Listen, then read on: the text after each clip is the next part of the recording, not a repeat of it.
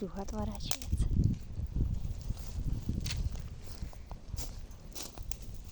Костер-то здорово. Дым летает, летает. Сегодня день прям идеальный для костра. Солнышко светит. Ощущения прям такие, что сегодня костер должен быть.